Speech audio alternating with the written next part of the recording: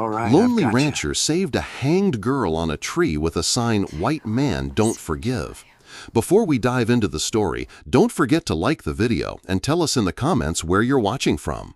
The desert wind that morning carried more than dust. It carried judgment. It pressed against the chest like a weight, thick and silent. The kind of silence that makes even a man's soul pause.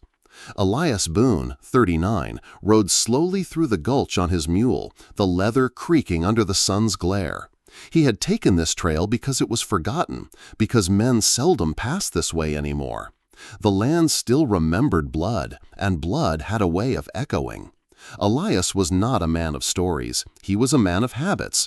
Rise before dawn, feed the stock, patch the fence line, work until the body gave out, so the mind had no chance to wander. The war had ended 2 years ago, but in him it hadn't. He wore no uniform now, but sometimes in his sleep he still heard the bugle, and sometimes he woke with his hands trembling. That morning, the mule stopped before he did. Its ears twitched, uneasy. Elias followed its gaze and saw the tree.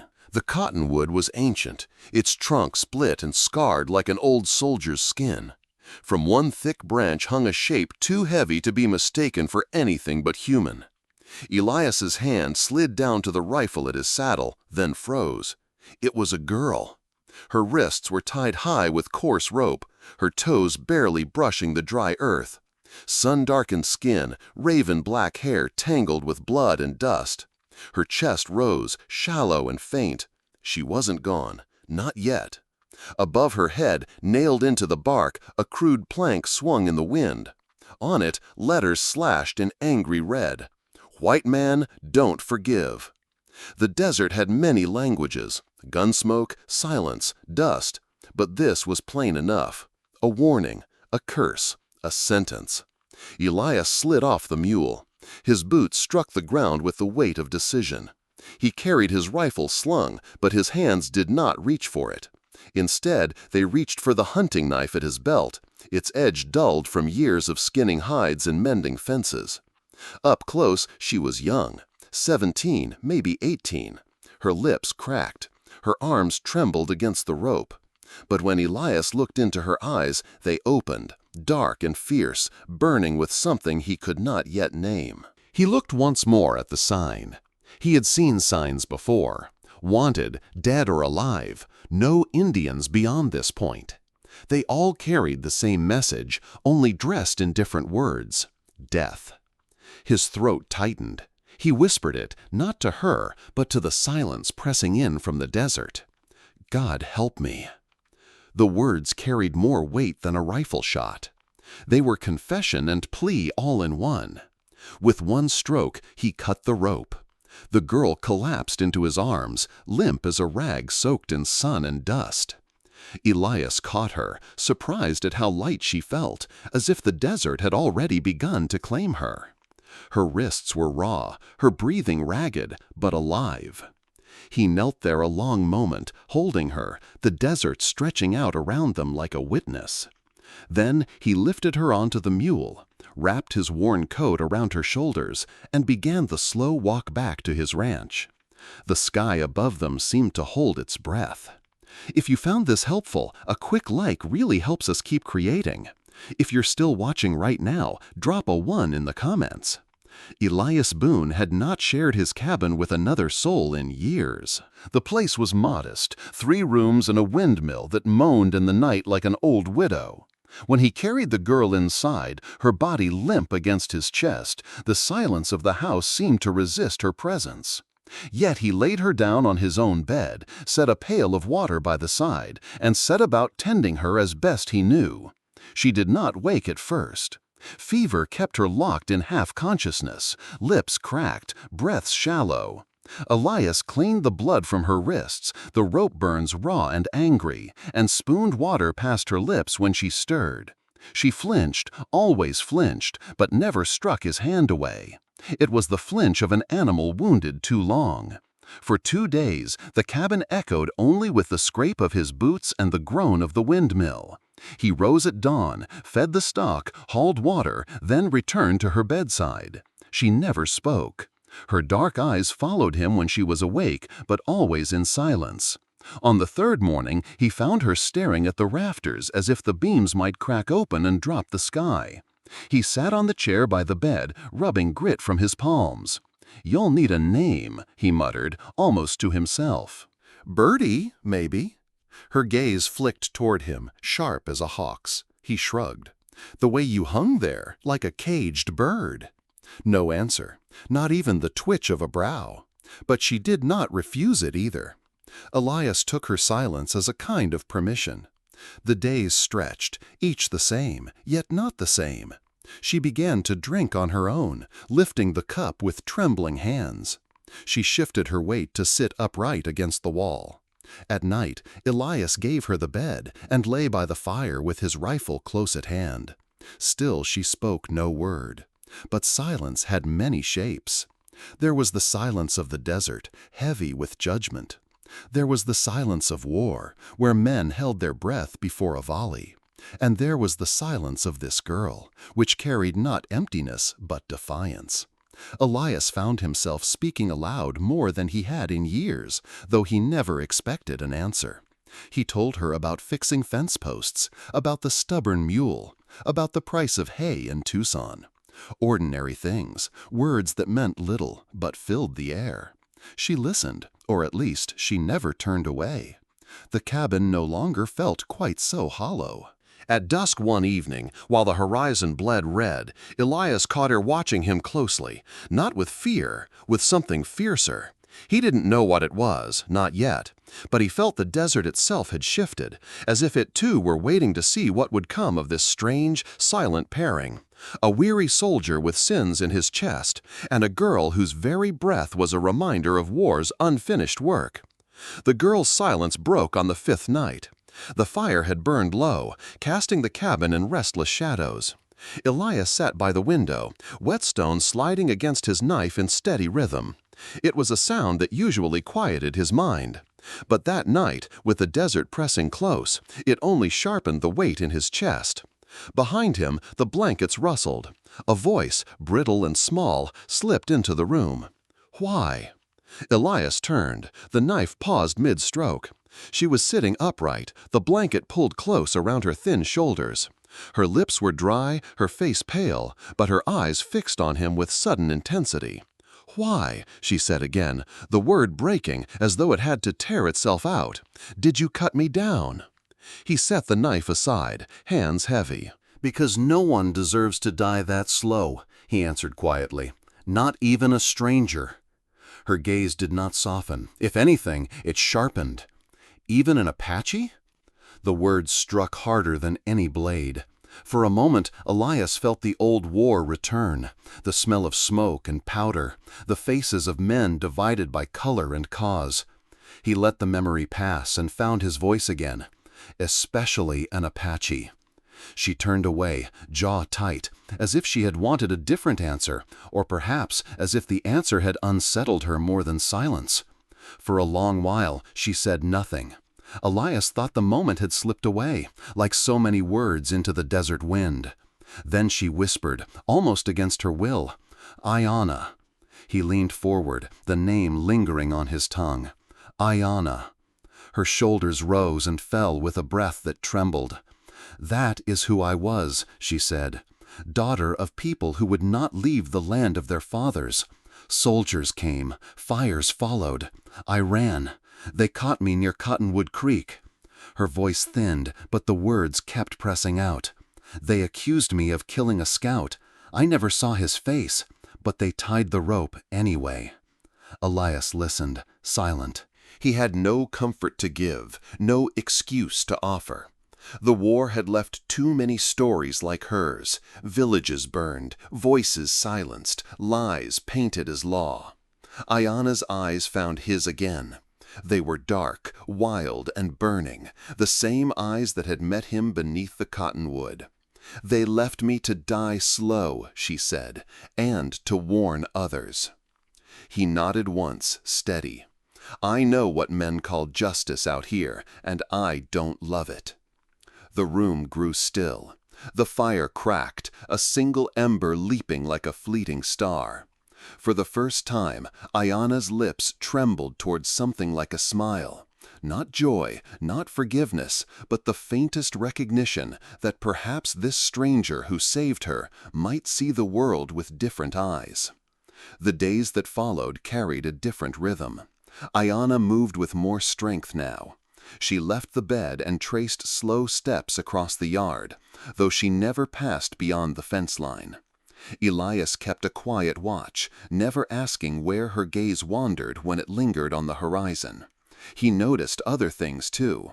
At the old well, she ran her fingers along the stones, murmuring words in a language he did not know. Once, he saw her collect a sprig of sagebrush, press it between her palms, and whisper over it before letting the wind take it. He did not ask.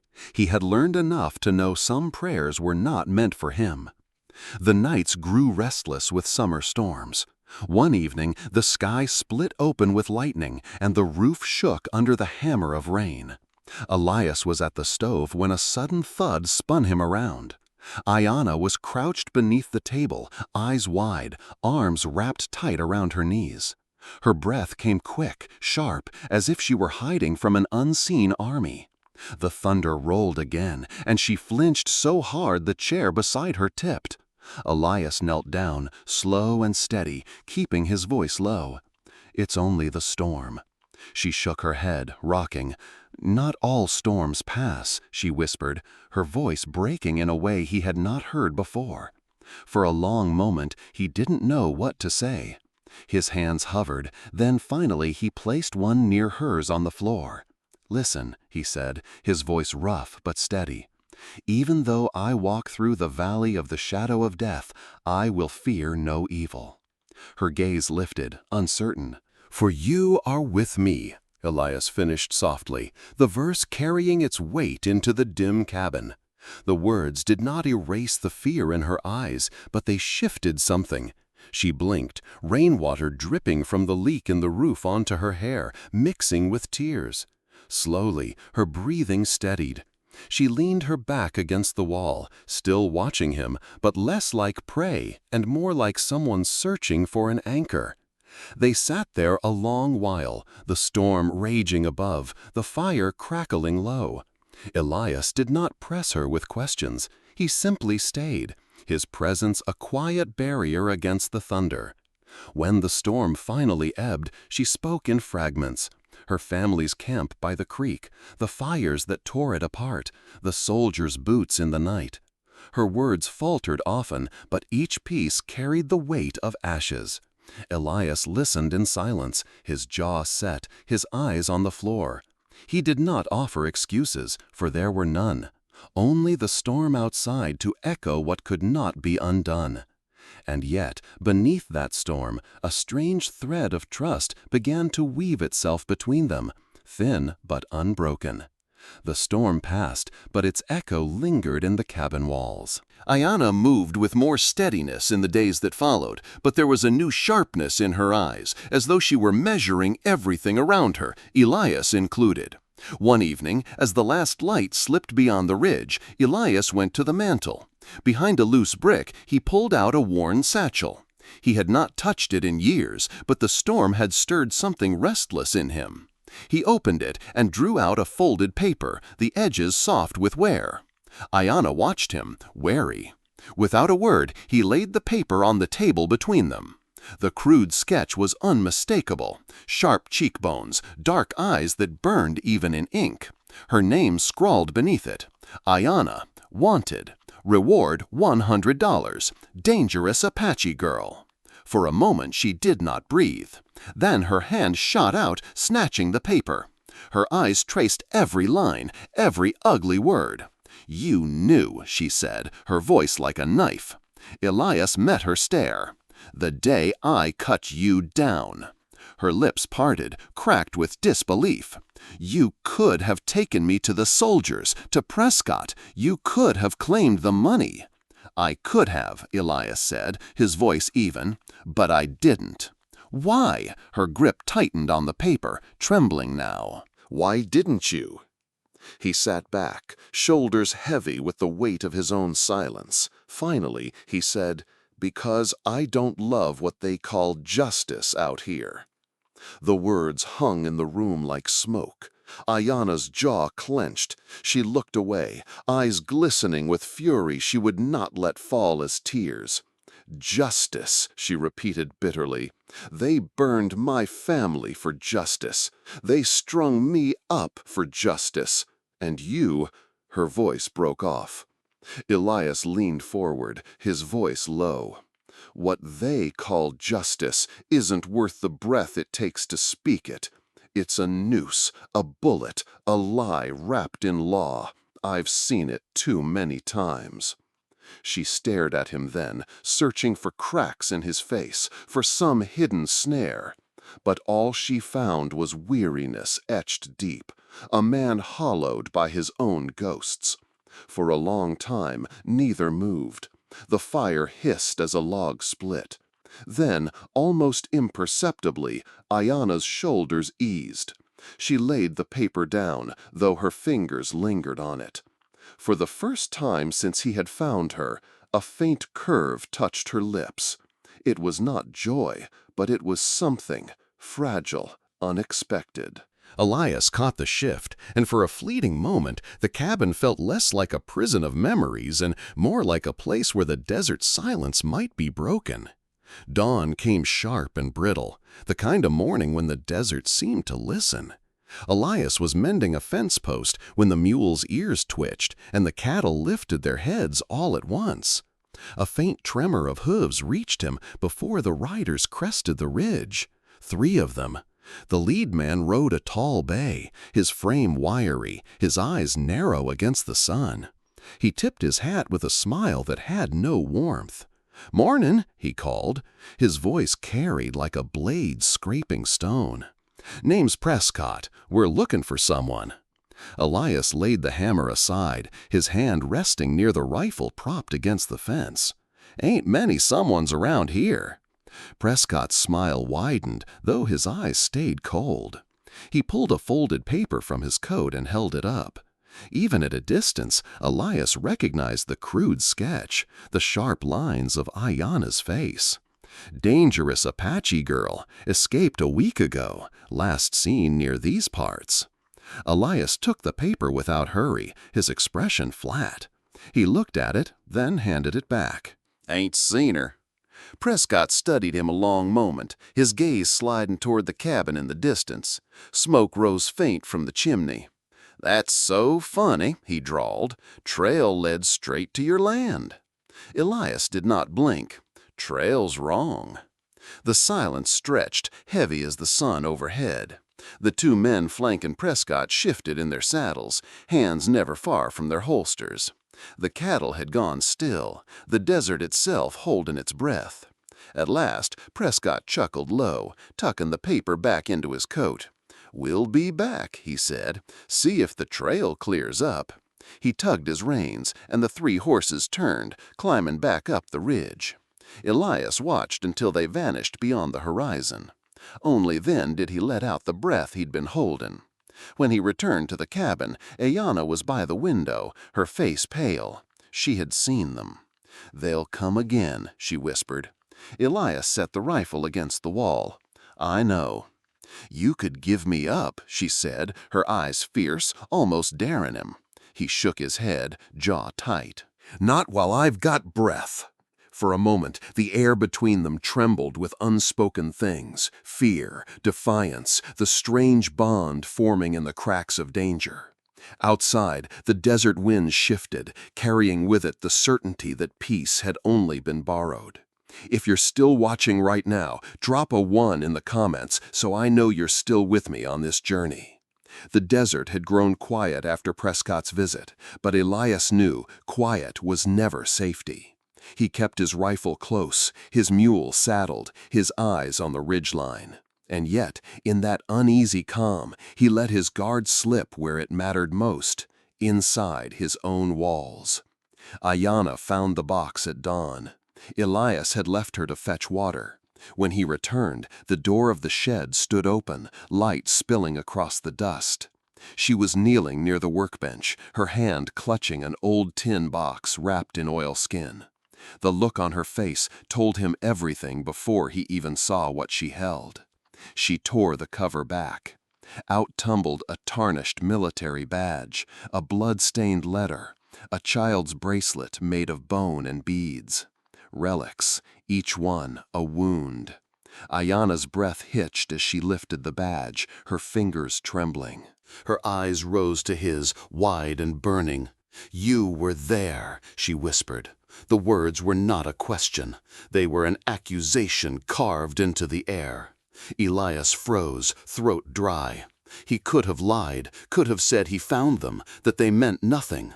But something in her gaze, sharp, unrelenting, cut away every false word before it reached his lips. He stepped closer, slow, heavy. "I was there," he said. His voice rasped like boots on gravel. "The night the fires came. I wore the blue. I heard the orders. I saw the flames." Her face crumpled as if struck. She hurled the badge at his feet, the metal clattering against the boards.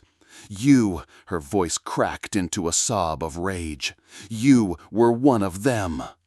"I didn't light the fire." His hands curled into fists as though he might hold the truth still. "I tried to stop it. I failed. I left." She shook her head violently, strands of dark hair whipping across her face. "And now you play savior?" The box lay open between them, its contents spilled like entrails. The air in the shed thickened, pressing down until Elias could barely draw breath. "I am not saving anyone," he said at last.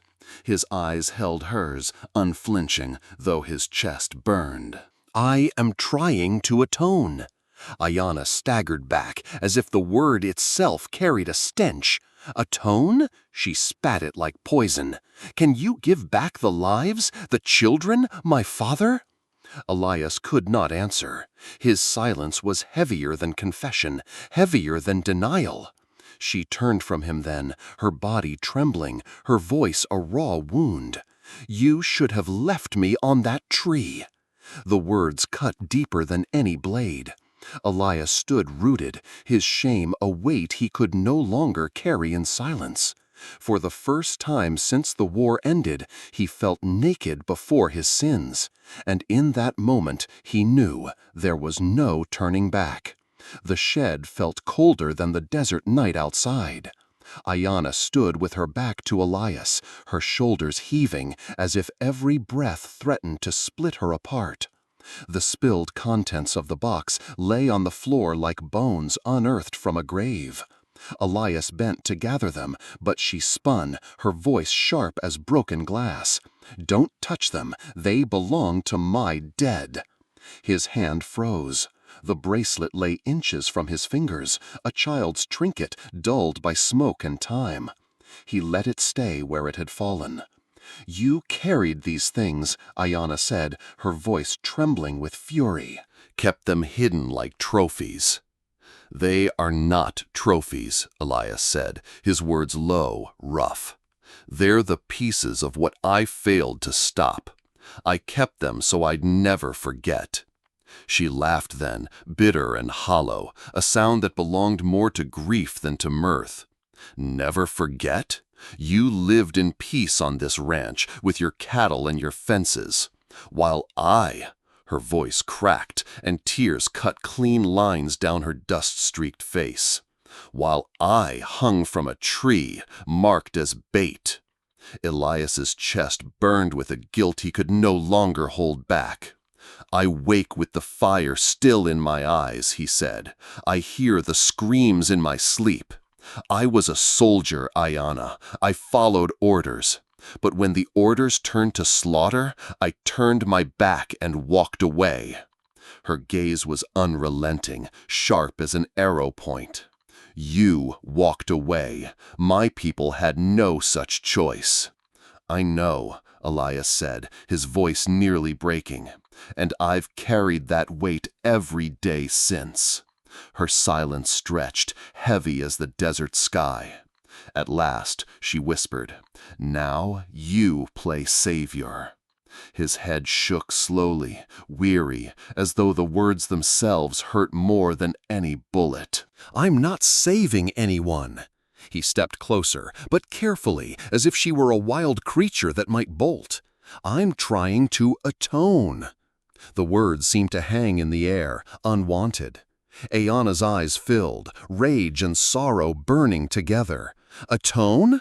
You think saving one life can pay for a village? For children's graves? For ashes that still choke the wind?" Elias lowered his gaze. He had no defense, only truth. "No," he said softly, "nothing can pay it back. But I will not run from it any more." Her hands trembled as she pressed them to her face, stifling a sob. Then, with sudden fury, she shoved past him, storming into the yard. The night swallowed her figure, moonlight catching in her hair. Elias stood alone in the shed, the box at his feet, the weight of memory pressing him down. For the first time in years, he sank to his knees, head bowed, not from fear, but from shame too heavy to bear. In the stillness, even the desert seemed to recoil. And between them, the fragile thread of trust they had begun to weave lay snapped, curling like smoke into the night.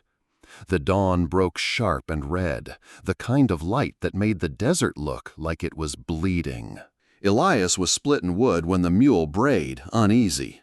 He lifted his head and felt it before he saw it, the tremor of hooves, the rhythm of many riders. They came over the ridge like a tide, 20 men, rifles glinting, dust rising behind them. At their head rode Prescott, his wiry frame tall in the saddle, a grin cutting across his face like a scar. Elias's axe slipped from his hand. He reached for the rifle leaning against the post, but he knew the truth. One rifle against 20 meant nothing but time. The door of the cabin creaked. Ayana stepped into the yard, her hair dark against the morning light. Her eyes met his, fierce but steady, as though she had already known this day would come. Prescott reined in just beyond the fence line, his men fanning out to circle the ranch. "Mornin', Boone," he called. "Told you the trail led here." He pulled the wanted poster from his coat again and held it high. "Time to hand her over." Elias raised his rifle but kept it lowered, not aimed. "Ain't handin' anyone to you." Prescott's grin widened. "You protectin' her, Boone? That's rich. You know what she is, Apache blood, scout killer." "Rope bait!" Ayana stepped forward before Elias could stop her. Her voice rang clear across the yard. "I killed no one." The riders muttered, some spitting, some shifting uneasily. Prescott barked a laugh. "Listen to her. Savage tongues always know how to lie." Elias felt the heat rise in his chest. He took a step closer to Ayana, his voice steady. "She's not yours to claim. Not now. Not ever." Prescott's smile died. He lifted his hand, and 20 rifles cocked in unison. The sound cracked through the morning air like thunder. The world seemed to tighten, every breath a decision. Elias glanced at Ayana. She was watching him, unflinching, as if waiting for him to falter. Instead, she stepped past him, closer to the line of rifles. Her voice was quiet, but it carried. "You saved me, Elias Boone, not just from the rope." She placed the rifle he had given her into his hands, her fingers brushing his. "Now, stand with me." Elias's throat closed. The last of his hesitation burned away. He chambered around, the click sharp in the desert silence. Prescott sneered. "So that's how it is." "That's how it is," Elias said. The first shot split the air a heartbeat later, and the siege began. The first gunshot cracked the morning open. Then the storm of rifles followed, shattering the stillness, filling the yard with smoke and fire. Elias fired back from behind the corral, each shot measured, deliberate. Ayana moved swift as a hawk, slipping from cover to cover, her bow loosed into the chaos, arrows whistling where bullets screamed. Prescott's men pressed hard, some circling toward the barn, others setting torches to the fences. The dry wood caught fast, flames leaping like devils in the wind. The cattle bellowed, scattering in terror. Smoke thickened, acrid, stinging eyes and throat. "Back to the cabin!" Elias shouted, his voice hoarse. He covered Ayana's run, the crack of his rifle cutting down a rider who broke too close. Together they crashed through the doorway, splinters flying as bullets hammered the walls. Inside, the cabin groaned with every hit. Glass shattered, plaster dust rained from the ceiling. Ayana pressed her shoulder against the doorframe, loosing arrows through the gaps. Elias reloaded by touch, his fingers steady despite the roar outside. Then pain tore through him. A shot punched into his side, hot and merciless. The rifle fell from his hands, clattering to the floor. He staggered back, clutching the wound, crimson already staining his shirt. "Elias!" Ayana was at his side in a breath, her hands pressing against the wound. Blood welled between her fingers. He forced a ragged smile. "Wouldn't be the first time." The cabin shook as flames licked the roof. Smoke swirled, choking. Outside, Prescott's voice carried over the din, mocking, hungry. "Hand her over, Boone, and I'll let you die quick." Elias coughed, the taste of iron filling his mouth. His vision blurred, but he grasped Ayana's wrist, his voice rasping with all the weight of his years. "Forgive us our trespasses," he whispered, each word cracked with pain, "as we forgive those who trespass against us." The verse clung to the smoke, thin but unbroken, a prayer cast into fire. Ayana's eyes widened, shimmering with both rage and something softer. She tightened the bandage, her jaw set. "You're not dying here." She dragged him toward the back wall, where the smoke thinned. Elias stumbled, each step agony, but he moved. Together they slipped through the rear door, into the burning yard. Flames roared high, torches scattered in the dirt.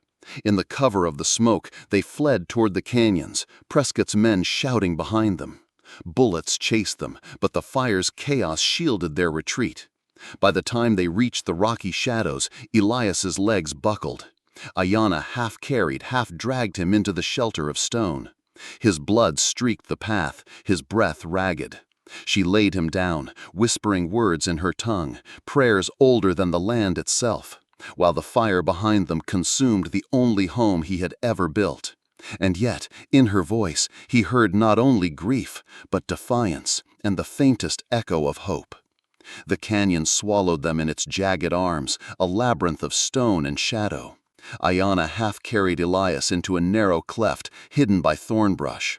There, a thin spring trickled down the rock, its sound small but steady against the silence of pursuit. She lowered him onto the cool stone, her hands already moving with practiced urgency. She crushed herbs between stones, pressed them to his wound, stitched with trembling fingers. Her words came in whispers, snatches of Apache prayers that mingled with the desert wind. Elias clenched his teeth, sweat slicking his brow. The fever came in waves, dragging him back to fires long past. Smoke, screams, orders shouted in the dark, and his silence, heavy as chains. When he stirred awake beneath the orange glow of their small fire, Ayana sat near, watching the flames with a gaze both distant and sharp. He forced breath into words, low and broken. "I carried the badge, the letter, because they were proof of what I didn't do." She turned, her face unreadable. "I stood there," he continued, his voice raw, "when they lit the homes, when they dragged the people out. I heard the children cry, and I said nothing. I told myself I was just following orders, that if I spoke, I'd hang beside them." His hand shook as it pressed to the wound. "But silence was the worst sin of all. My silence burned with them." The confession seemed to drain him. He slumped back against the stone, his breath ragged. Ayana's eyes glistened, but her jaw was set. She knelt beside him, her hands steady even as her voice trembled. "And now?" Elias met her gaze, his own stripped bare.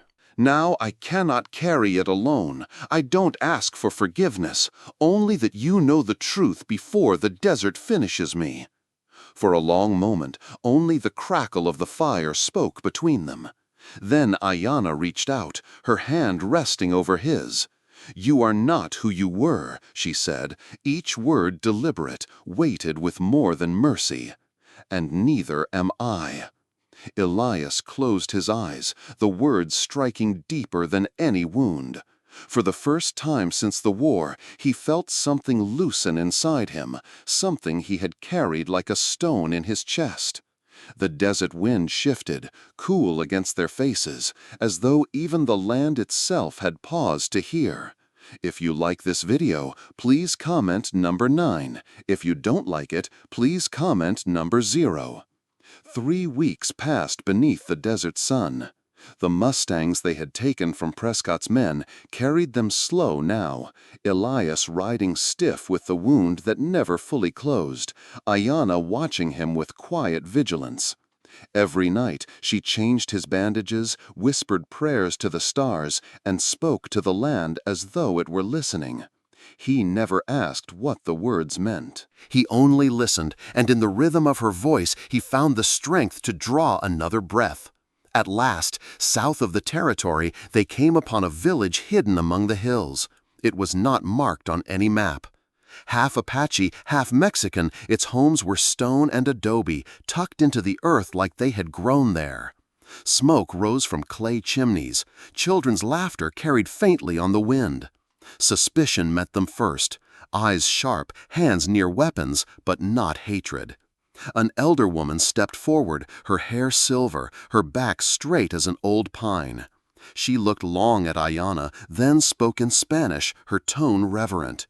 "Tu padre era sabio." Ayana's breath caught. She lowered her head, voice soft as dust.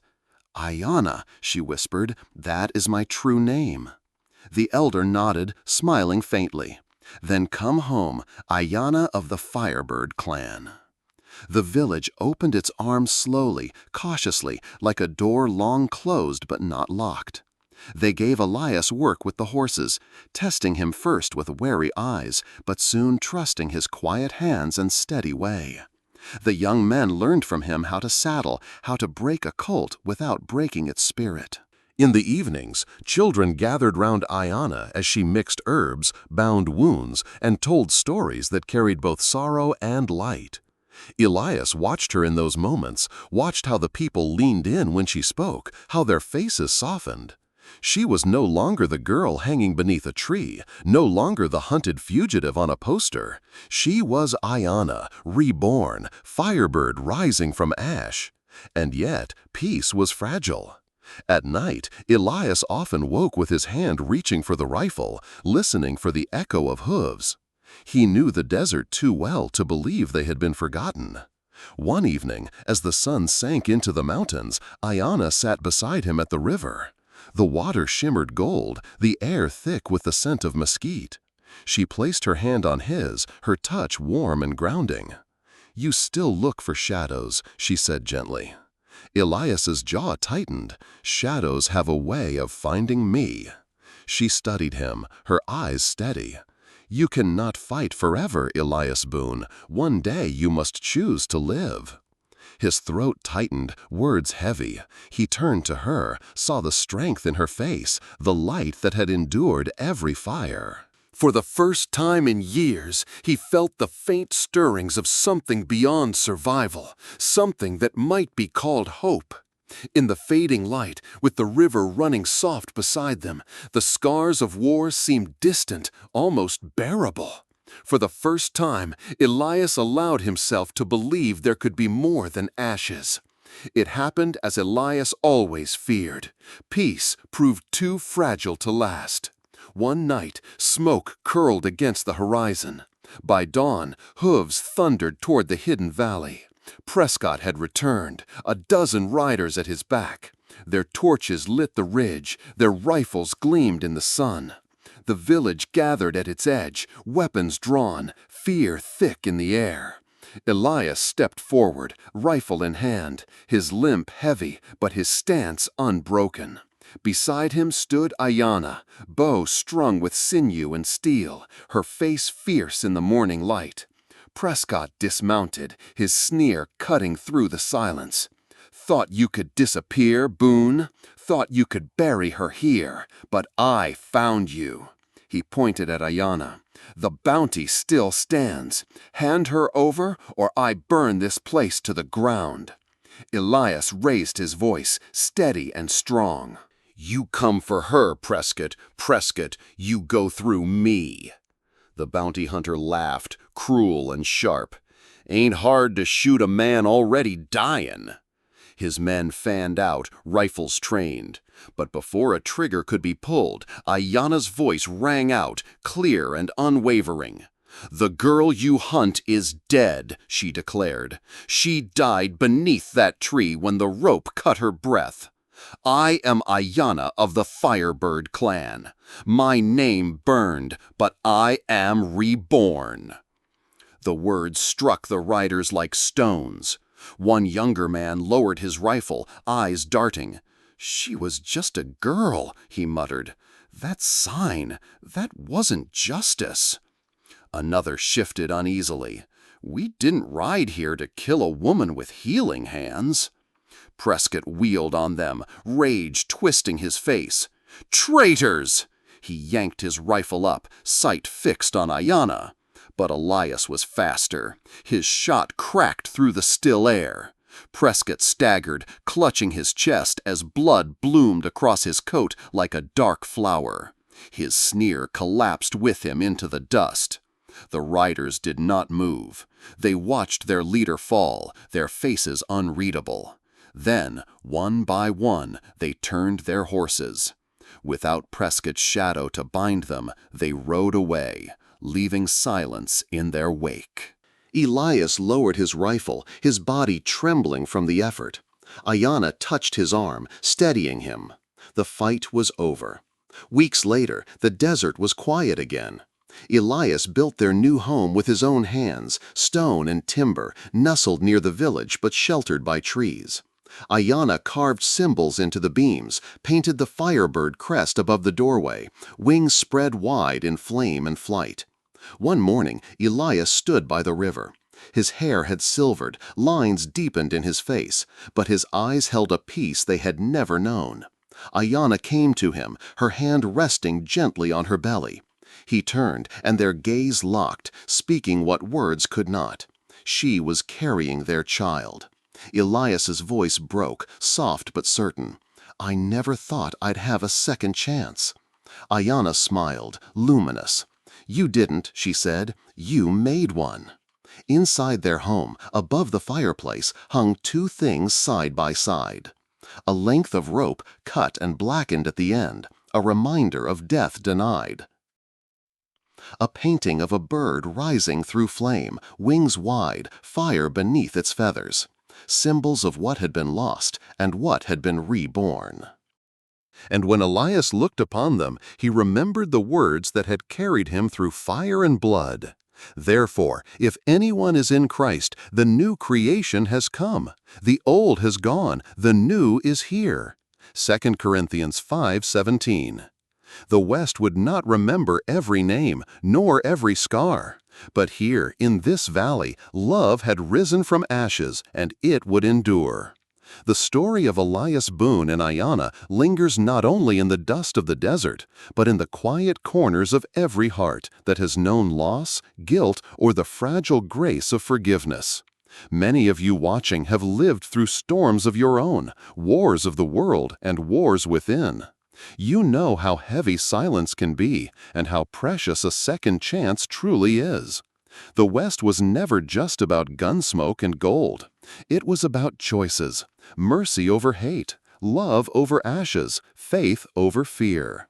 These are the moments that remind us why we still tell these tales, why we still look back for strength. If this journey moved you, don't let it end here. Subscribe, share, and keep alive the memory of true Wild West stories, where hearts were tested as fiercely as guns, and where redemption was the greatest victory of all.